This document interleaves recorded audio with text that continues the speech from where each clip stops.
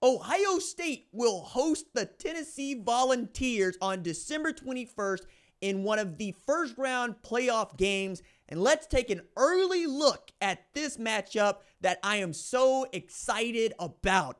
What's up, kinfolk? It's RJ Young. I am not on a step mill. If this is your first time watching the #1 college football show, please hit that subscribe button, ring the bell so you don't miss any of the segments that we do on this show, and like this video while you're at it, because my goodness, we've got a barn burner, I think, with an SEC power versus a Big Ten power. A historic blue blood matchup, if ever there is one, with styles absolutely making fights. We have a defense from Jim Knowles that has been really great about keeping the lid on, making it really difficult for teams to score, not giving up explosive plays. It features a Thorpe Award finalist and a damn pterodactyl in Caleb Downs.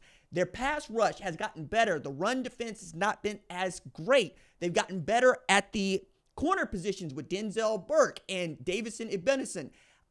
I'm thinking of Cody Simons and what this might mean to him. I'm thinking about how Ohio State wants to get this Michigan loss out of their mouth, and the idea of getting to play one more time this year against a team for a chance to play in the championship at a time when your fans really need it, right? Buckeye fans have been down, but they're all going to be pulling in the same direction on December 21st, and I assume that those tickets have already been sold out at what is going to be a very hot ticket at the shoe. Meanwhile, Tim Banks' defense is ready for the challenge of this Ohio State offense. I think that when you look at what they got in the pass rush, they've been able to absolutely rotate in 6, 7, 8 guys on that defensive line. They are going to try to punish that offensive line at Ohio State that has been playing down not one, but 2 men for the last 4 games.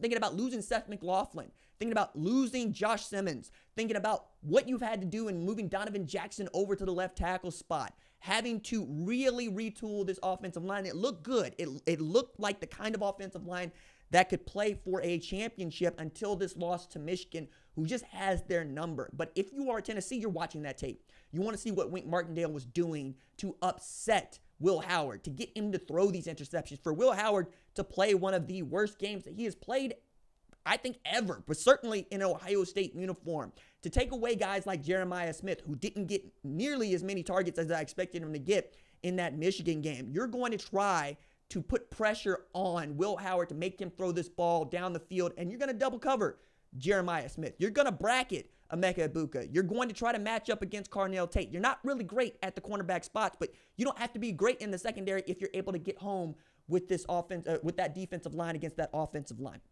I think this is going to absolutely also be a game that Quinshon Judkins is up for. Having transferred from Ole Miss, having been one of the great tailbacks in this sport, Travion Henderson needs to get back on the good foot as well. I think this is a game where really the play callers on the offensive side are going to have the microscope on them. We know what Josh Heupel is about. We know what he has in Nico Iamaleava, but also it hasn't been the Nico show. It's been the Dylan Sampson show. When that dude has been able to run the football for them, they have been outstanding. They have one of the best tailbacks in the sport. The best tailback in the SEC is headed to the shoe. He's going to go for over 1,500 yards and when he plays in this game. He shows up having carried the rock. And any other year, we're talking about a guy that might be up for the Doak Walker Award, even a Heisman finalist. But when you've got guys like Cam Scatteraboo, Ashton Jeanty, Jordan James, Quinshon Judkins, we can keep going down the list on this. It's going to be difficult for you to win these sorts of awards. Say nothing of Omarion Hampton, who's on a bad UNC team that he ran his behind off. You want this challenge, though. You can't wait to take on a team that spent $20 million on its roster, that has pulled out every stop to try to win the national championship this year, especially 2 of their goals just going up in smoke. Beating Michigan, gone. Playing for the Big Ten championship, winning it, gone. This is all you have left. They have to sell out. For Chip Kelly, you can't afford to call another football game like the one you called against Michigan. I said it at the time, and the more that I look at it, the more I believe it. That was the worst game that I've ever seen Chip Kelly call. I don't know what he was thinking he needed to do. I don't know why he wasn't forcing the ball to Jeremiah Smith and just being in the ear of Will Howard every step of the way going, why aren't we throwing the ball to 4? Why aren't we throwing the ball to 2? Why aren't we trying to stretch this Michigan defense that didn't have Will Johnson out there? And why aren't we trying to absolutely take advantage of these weaknesses we know are there? You're going into the teeth of the strength of that Michigan defense, where the weaknesses on the outside makes them wanting to prove you can man ball against Michigan when really you just need to win the football game, man. Like, that was the thing. It was really frustrating to watch, and I don't expect that we're going to see Ohio State and Chip Kelly make that same mistake again. I'm also looking at a Tennessee team that has won 2 out of its last 3, and really, we're talking about 1 loss since they took that wild loss to Arkansas, where Arkansas was able to pull this thing out late with Malachi Singleton taking over for Taylor Green in a game where Taylor Green played well, but that was a 19-14 game. They've been really good about stopping people from scoring too. We're looking at, they haven't given up more than 31 points in any game. That was their loss to Georgia. And then everybody else is 23 or less, right? They're holding teams under. They're a Vanderbilt team that was able to unseat the number 1 ranked Alabama Crimson Tide. They were able to get under their skin. They beat that Oklahoma team going away.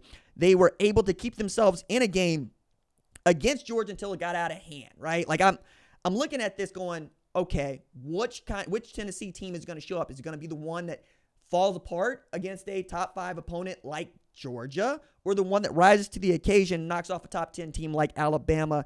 And in a year where you didn't have to play Ole Miss, a year where you didn't have to play Texas, this is a really great game for you to measure up. And not for nothing, but the winner of this game also doesn't have the easiest road. You're going straight to Oregon after this. Like, this is, I think, one of the toughest roads in the entire bracket from the jump, man. I'm looking, 8-9 is already hard, but Ohio State would want like nothing more than to get to this Oregon team that they lost to by 1 point on the road at Autzen. This game wouldn't be at Autzen. Seeing that Penn State was able to put up damn near 40 on this Oregon team makes this team one that's not infallible, right? It's a team that you can go beat, but it's still the number 1 team in the country, and they're still the only team among 134 that have not suffered a loss. They are 13-0, winning the Big Ten championship in their first year, and the trinity that was Ohio State, Michigan, Penn State is looking up at the Ducks. Tennessee would like nothing more than say, hey, we not Ohio State. We're not Penn State. We're the University of Tennessee, who has really wanted this opportunity to try to go win a national championship for some time. And now you've got 1 win, 2 win, 3 win, 4 wins, and you got it. That's the beauty of the 12-team playoff. It's one of the things that I absolutely love about this thing is everybody in this thing, even 10-2 teams, they got a shot here. But as I'm looking at some of the statistics here, man, again, points per game, they're top 15, 13.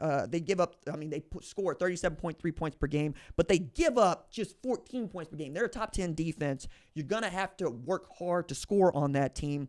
And while Nico Iamaleava hasn't really played all that well, considering, again, I mentioned Dylan Sampson's been the engine, that 19-5 ratio of touchdowns to INTs, I think is going to be important. Taking care of the football, right? Getting yourself in and out of great plays and taking what this Ohio State defense is willing to give you and not getting frustrated and trying to force this football down the field. One of the guys that I think that they're going to lean on a little bit more than they have in recent years is Brew McCoy. Like Dante Thornton, you know about, right? 3 catches for 118 yards, 2 TDs against Vanderbilt. When that dude is on, he's awesome. Mississippi State, he had 3 catches for 104 yards. I'm also looking at Brew McCoy. He's got 35 catches this year, who is leading that team in catches. He's going to be huge. 432 yards receiving, but again, you've got what you needed out of him when you need to get it out of him. For Ohio State, once again, play to your talent.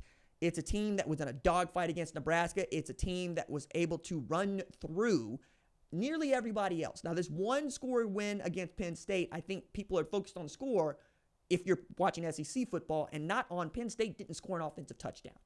Okay, the one they scored was a giveaway by Will Howard, and that is where my focus is going to be when they start playing that game. What is Will Howard going to do?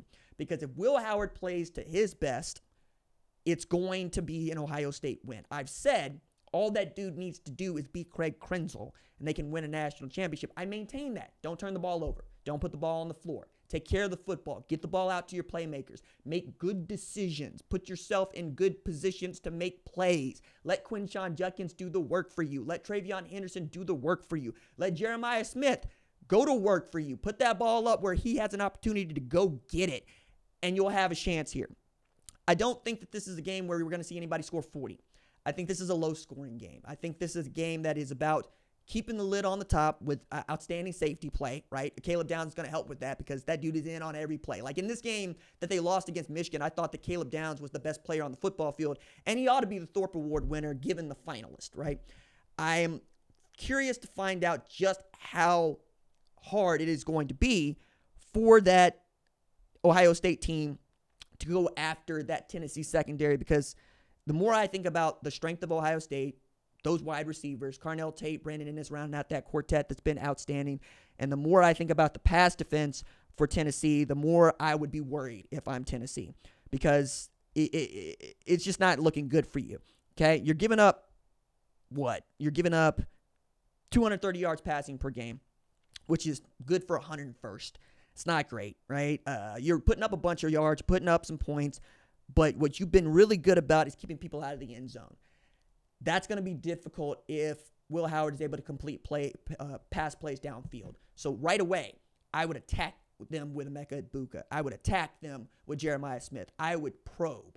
I would try to find out if I can isolate matchups, and my job as a play caller would be to get you in one-on-ones. Once I get you in a one-on-one, it is up to you to go win. That's why players, not plays, right? If I got to call goal line fades, it's what I'm doing.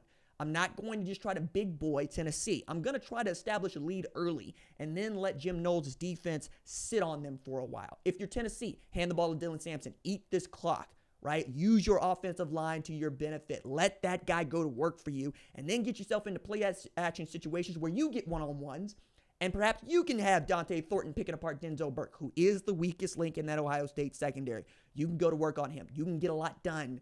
If you are attacking Denzel Burke, you'll have to put another safety over the top. Latham Ransom might not be able to just come downhill and try to help in that eighth box. You might actually get Caleb Downs to have to shade to that side. You get Ohio State into too high coverage, then all of a sudden you get to run the football on them a lot more. What you want to do is get them in open. You want to get them in open as much as you can. You see too high, you see three high, you're running the football. It's that simple. You see closed, you see one high, hey, man, take your one-on-one with Brew McCoy. Take your one-on-one with Dante Thornton, and then let's see who can go win that football game. That's what it's going to be about, right? Whose offensive play caller can put their wide receivers in the best position to make plays, make matchups, and when they're not there, have an audible on or have a quarterback that knows that, hey, this time we're going to get out of this and we're going to run the football.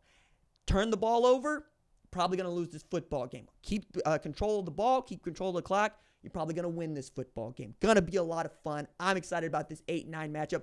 Give me your score prediction right here, right now in the comments below.